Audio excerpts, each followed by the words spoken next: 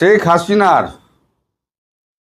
Press কনফারেন্সের পর ঢাকা এবং বাংলাদেশ ভারতের মধ্যে যে সম্পর্ক তৈরি হচ্ছে তাতে আর যাই হোক কূটনৈতিক সম্পর্ক বলা যায় না। কূটনৈতিক সমস্ত শিষ্টাচার বহির্ভূতভাবে কদর্য ভাষায় ফেসবুকে একটা মন্তব্য করা হয়েছে। ক্ষুব্ধ হতে পারে, কড়া প্রতিক্রিয়া জানাতে পারে।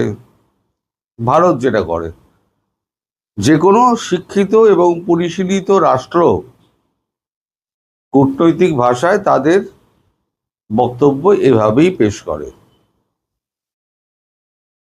এবং গতকালকে শামা ওবায়েদ, পার্লামেন্টেরিয়ান, তিনি একটা প্রেস কনফারেন্স করেছেন,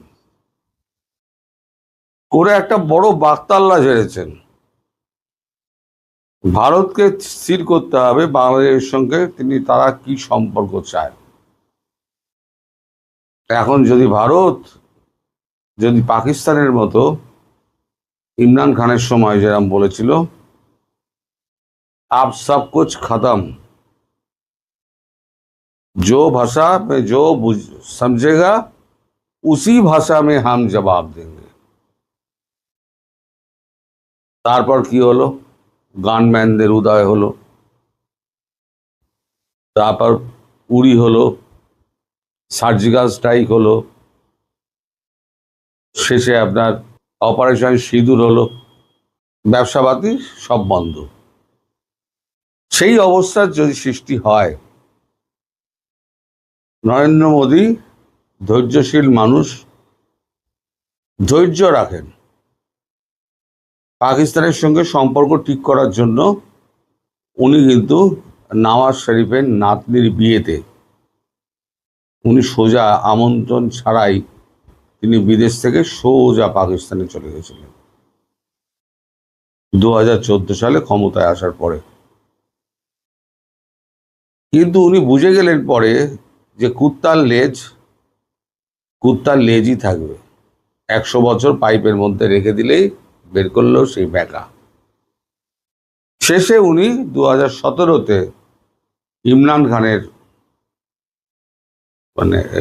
গভর্নমেন্টের সময় তিনি পরিষ্কার বলে দিলেন, আব সব কুছ ঠপ, সবকিছু বন্ধ, আব যে হোগা ময়দান মে হোগা। তারপরেই এই সমস্ত কিছু বলে দিল, হয়ে গেল।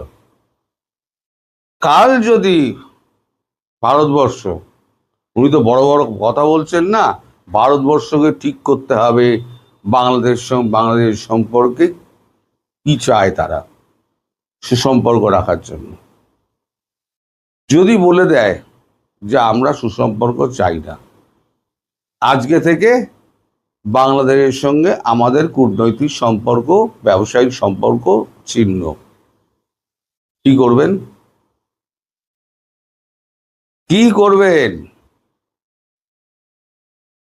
ভারতবর্ষ ধৈর্যশীল দেশ, ধৈর্য ধরে, তার মানে এই নয় আপনারা জুতো মেরে যাবেন আর আমরা গাল বাড়িয়ে দেব জুতোটা খাওয়ার জন্য।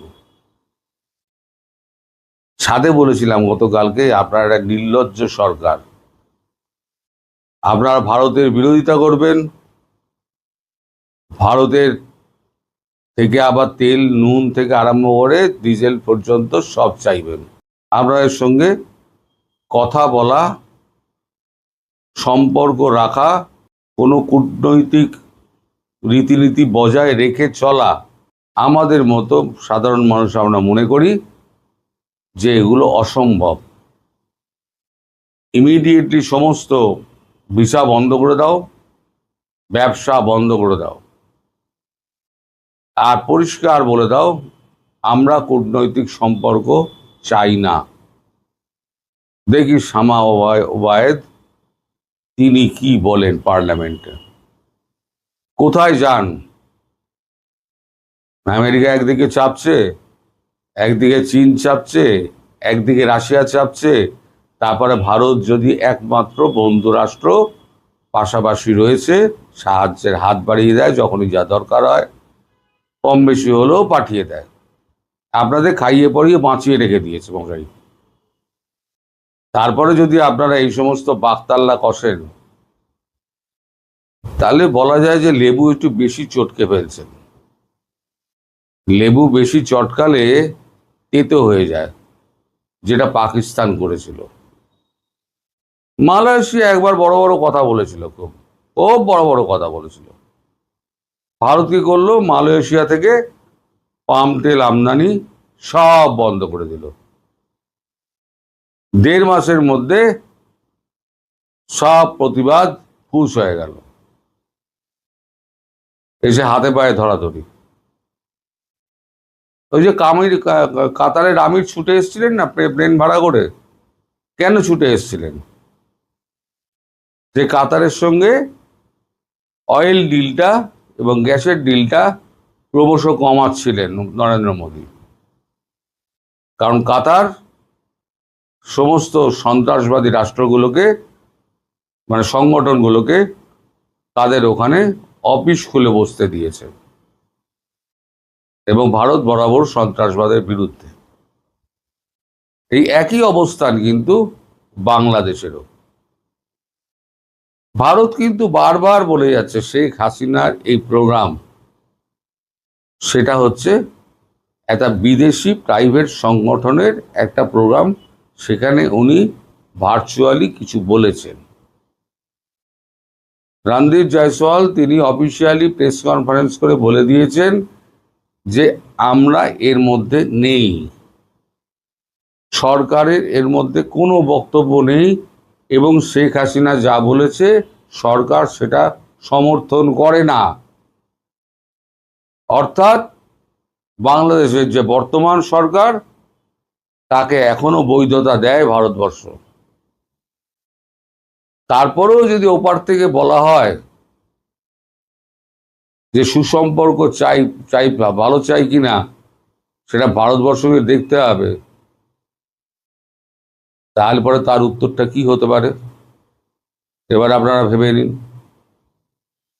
আমি তো মনে প্রাণে চাই পশ্চিম দিকে যেটা হয়েছে পূর্ব দিকে সেটাই হোক। পূর্ব পশ্চিম দুটোই ব্লক করে দাও। বাংলাদেশ যদি ভূখণ্ডের বাইরে থাকে, আমরা বেড়া জাল দিয়ে যদি ঘিরে দিই, তাহলে বাংলাদেশের সঙ্গে আমার কোনো সম্পর্ক থাকবে না। আমার একটা প্লেনও ওখানে ল্যান্ড করে না। এখন তো বেশিরভাগ প্লেন আমাদের তো আসাম হয়ে ত্রিপুরা যায়, আবার ট্রেন রুট হয়ে গেছে। বাংলাদেশের আকাশপথ ব্যবহার করাটা আমরা আস্তে আস্তে কমিয়ে দিচ্ছি। কেন কমাচ্ছি সেটা হচ্ছে কূটনৈতিক ব্যাপার, কেন কমাচ্ছি। আর যদি মাঠে ময়দানের কথা বলেন, তাহলে পরে কিন্তু বিপদে পড়ে যাবেন। যদি একবার মোদিজি বলেন যে এবার দেখা হবে ময়দানে, ময়দানে তো আপনারা তো একদিনও টিকতে পারবেন না, একদিনও টিকতে পারবেন না। আপনারা কি চাইছেন পরিষ্কার করে বলুন, কি চাইছেন। কিন্তু লেবু বেশি চটকাবেন না। আজকে সরকার কিছু বলেনি, আজ পার্লামেন্টে খুব হইচই হয়েছে। আমি জানি না পার্লামেন্টের এই হইচইয়ের পর বিরোধী দল যেভাবে প্রধানমন্ত্রীকে চেপে ধরেছে, প্রধানমন্ত্রীকে পরশুদিন উত্তর দিতেই হবে।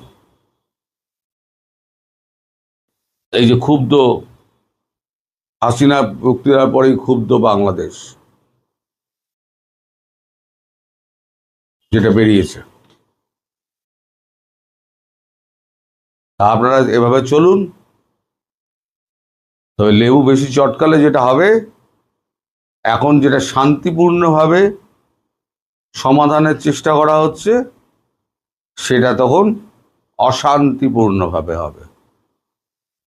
মেরে ঠ্যাঙিয়ে বিষ ঝেড়ে আপনাদের ওখানে বসিয়ে দিয়ে আসবে শেখ হাসিনাকে। আপনাদের যদি এই এক গাছাল চুল যদি ছেঁড়ার অবস্থায় থাকেন আপনারা, তাহলে ছিঁড়ে নেবেন।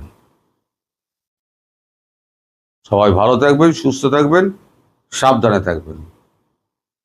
ধন্যবাদ।